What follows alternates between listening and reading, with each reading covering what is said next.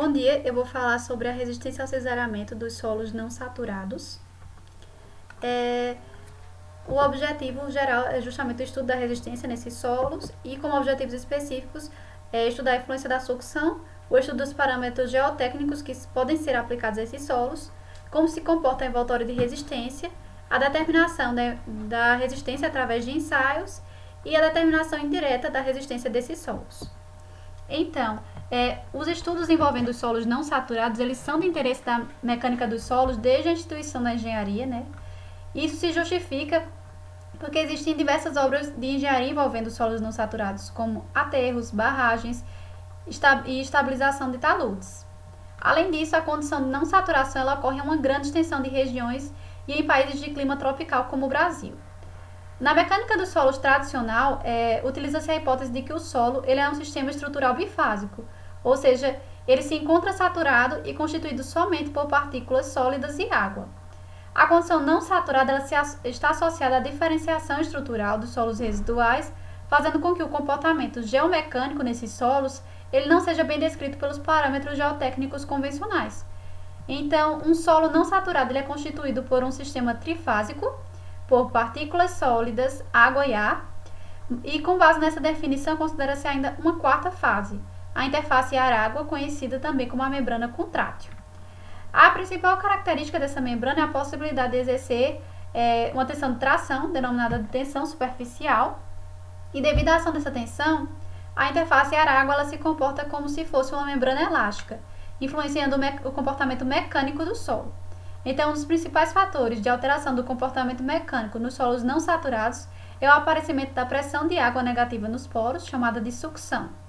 Então, para obter uma previsão mais próxima da situação real e um bom entendimento do comportamento em campo, o estudo da resistência ao cesariamento dos solos não saturados ele deve considerar essa componente. Diversas equações foram propostas para definir as tensões efetivas em solos não saturados e, dentre elas, a mais conhecida foi apresentada por Bishop em 1959, em que se obtém a tensão efetiva em função da tensão total menos a pressão de ar e a pressão do ar menos a pressão da água. Contudo, essa equação, foram feitas experimentos vendo a comprovabilidade dessas equações em diversos solos, né? Dependendo do nível de saturação, ela se apresentou muito boa para prever o comportamento em solos não saturados argilosos, por exemplo, mas ela apresenta um inconveniente, porque ela incorpora o parâmetro X, que não representa uma característica fundamental do solo. Ele é função do grau de saturação, da umidade de composição, da estrutura, da história de tensões e deformações. Então, ele varia com praticamente tudo, obtendo, portanto, uma grande variação nesse parâmetro para os diferentes tipos de solo. Assim, em 1973, Friedland ele demonstrou que o estado de tensões em um solo não saturado ele pode ser plenamente definido pelas variáveis de tensão. E quaisquer duas dessas variáveis elas são independentes, então, para descrever o estado de tensões em um solo e ter condições de avaliar o seu comportamento mecânico sob variações de tensões, pode-se utilizar qualquer par de variáveis de tensão.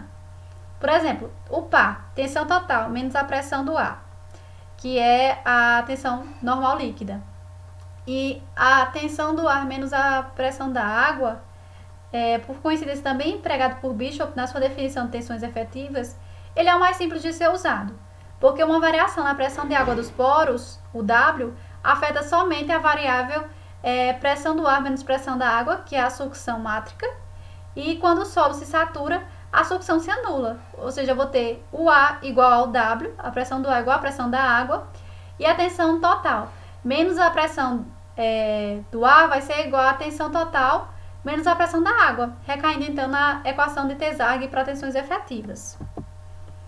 No espaço de tensões introduzido na prática geotécnica por Lamb e Whitman, a equação ela toma essa forma, em que eu dou destaque aos termos de pressão UA menos o W, que é a pressão do ar menos a pressão da água, que vai indicar a sucção mátrica na ruptura, e φB, que é um ângulo de atrito que quantifica o aumento da resistência devido ao aumento da sucção.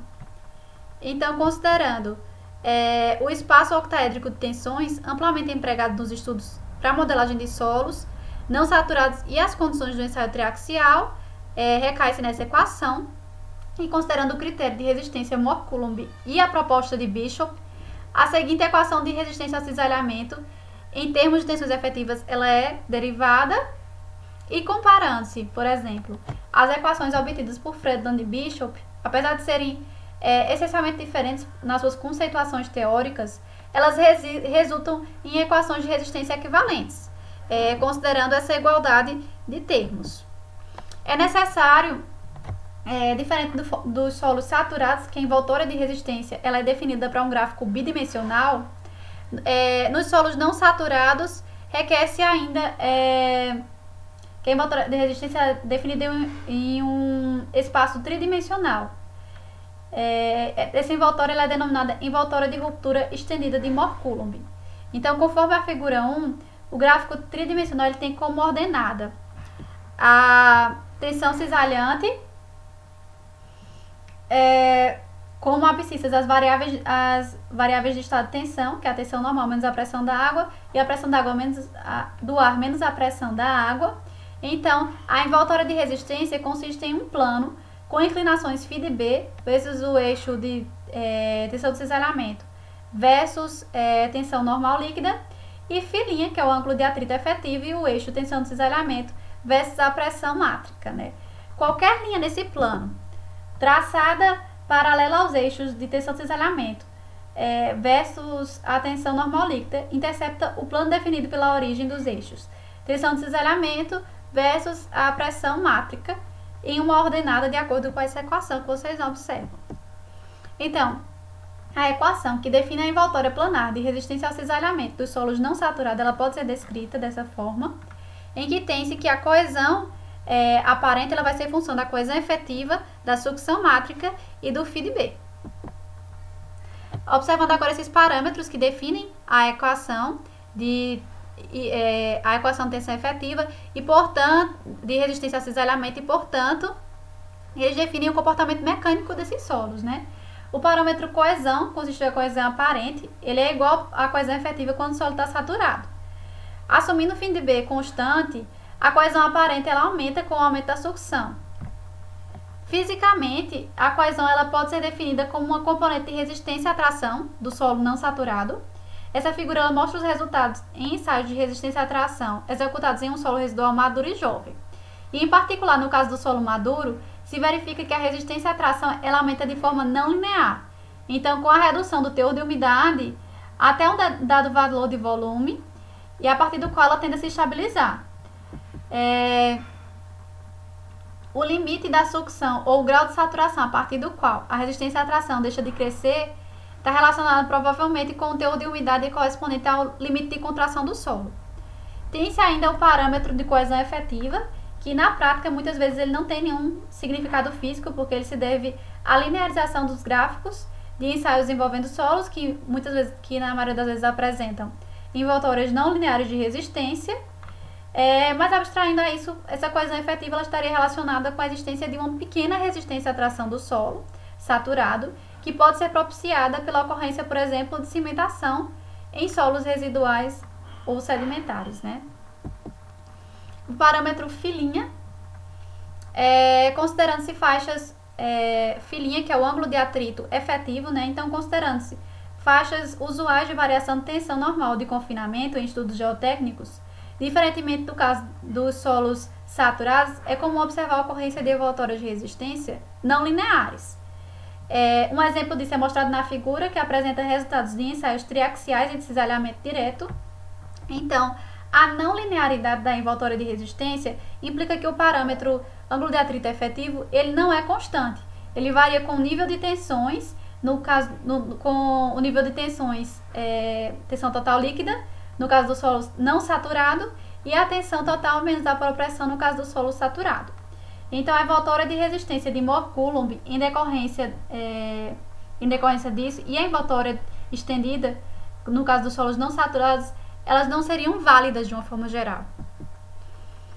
Então, o parâmetro φ de B, como já expliquei, é um ângulo de atrito que indica a razão de aumento da resistência do solo não saturado com relação à sucção. Diversos autores, eles ensaiando materiais diferentes, compactados mostraram que FIDB ele não é sempre constante, ele varia com o nível de sucção. Falando agora um pouco sobre a transição do solo saturado para a condição não saturada. Ela ocorre quando a pressão do ar é elevada o suficiente para quebrar o menisco que separa as fases ar e água no contorno do solo. E assim, começa a penetrar nele até que sejam formados canalículos contínuos de ar no solo. E com relação à resistência ao cisalhamento, esse menisco ele pode ser considerado como se fosse uma membrana, unindo os grãos de partículas, contribuindo para um aumento na resistência do solo, refletida através do parâmetro FIDB. Então, considerando-se um plano hipotético, cortando a amostra de solo não saturado, quanto maior a área relativa de influência da interface ar-água, maior deve ser a influência da sucção na resistência ao cisalhamento do solo.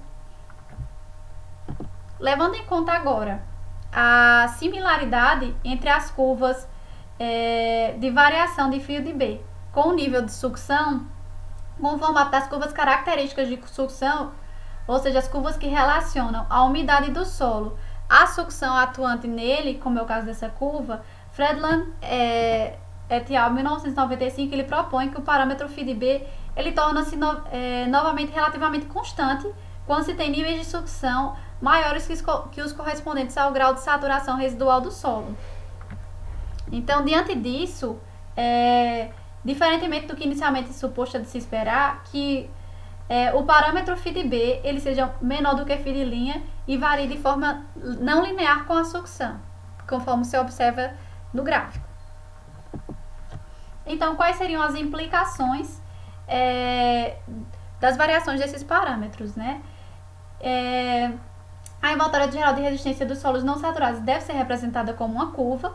O fato de os solos possivelmente apresentarem a superfície curva não impede que os conceitos da resistência ao cisalhamento dos solos não saturados possam ser aplicados na prática geotécnica, como por exemplo problemas de estabilidade e talude, e é perfeitamente possível se trabalhar com envoltórias de resistência multilineares, com esses eixos que a gente tem, tensão de cisalhamento versus a tensão normal líquida, e a tensão de cisalhamento versus a sucção mátrica. Isso só requeriria a introdução num programa de análise convencional de estabilidade de limites de validade de variações lineares do parâmetro FID' e FIDB em relação às variáveis de estado de tensão pré-definidos. Então, naturalmente, também ao variar os valores de φ' e FIDB, vão ocorrer variações nos parâmetros C' ou C, que devem também ser consideradas conforme se observa. Então, para determinar a resistência ao cisalhamento em laboratório, por envolver uma série de modificações nos equipamentos e um tempo muito maior, a execução desses ensaios ainda é rara na prática da mecânica dos solos não saturados. A primeira modificação é associada ao controle da sucção, em que é necessário controlar a pressão de ar e a pressão de água de forma independentes e é necessária a translação dos eixos. Essa figura ela mostra um esquema de uma célula triaxial modificada para a execução de ensaio triaxial com sucção controlada. Na fase de consolidação, a tensão líquida desejada ela é aplicada mantendo-se tipicamente a pressão de ar constante e aumentando a tensão confinante. O ensaio mais utilizado ele é do tipo CW, ou seja, conteúdo de umidade constante, e na fase de cisalhamento a pressão de ar é mantida constante e a drenagem de água é impedida. No caso dos ensaios não drenados, tanto a drenagem de água quanto de ar são impedidas e a sucção ela pode variar durante o cisalhamento, podendo ser medida por meio do emprego de tensiômetros. Essa tabela ela apresenta um resumo das principais características das metodologias aplicadas em ensaios triaxiais em solos não saturados.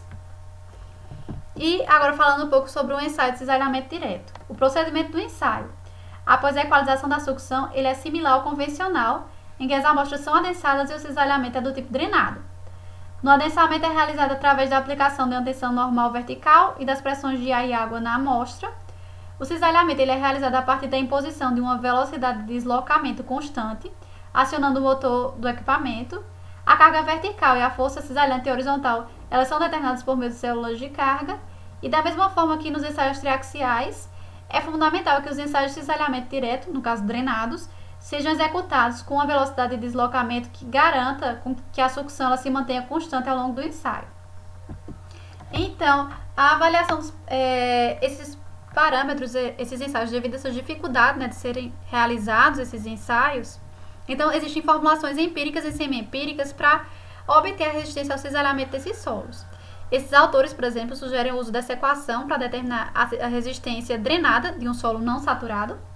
E a avaliação dos parâmetros em solos não saturados, justamente ela requer a disponibilidade de instrumentação de equipamentos que não são corriqueiros. Então, de acordo com esses autores, essa equação seria aplicável a solos não argilosos com graus de saturação maior do que 50%. E em comparação com resultados experimentais disponíveis, mostram que numa previsão de capacidade de carga bastante razoável na influência da sucção na resistência drenada dos diferentes solos considerados pelos autores.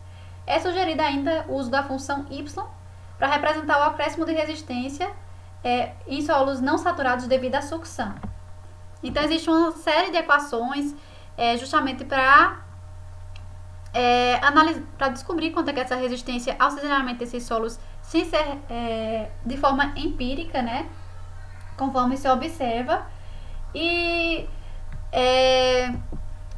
a PUC fez um estudo justamente comparando os resultados dessas equações com ensaios realmente realizados em solos não saturados. E outra forma seria por meio da avaliação indireta, em que se baseia no fato de que existe uma grande semelhança entre as curvas de variações de resistência ao cisalhamento drenado e o teor de umidade volumétrico com a sucção, conforme se observa nesse gráfico. Então, Friedland, em 1996, ele sugere o uso dessa expressão para definir a resistência ao cisalhamento do solo não saturado, considerando que o parâmetro K ele é considerado como uma variável de ajuste, e esse outro vocês observam como se obtém. Então, ele obteve esse gráfico aqui para o parâmetro K igual a 1 e observou-se como um caminho promissor a utilização dessa forma. Conclusões, né? Então, o emprego dos conceitos de tensões efetivas ou variáveis de tensão no desenvolvimento das equações de resistência em solos não saturados resultam em resultados similares. Foi discutido também a validade da envoltória de resistência com a variação dos parâmetros, e os ensaios para a determinação dos parâmetros, eles são especializados e pouco empregados na prática, mas existem alternativas para a determinação desses parâmetros e avaliar a resistência ao cisalhamento em solos não saturados.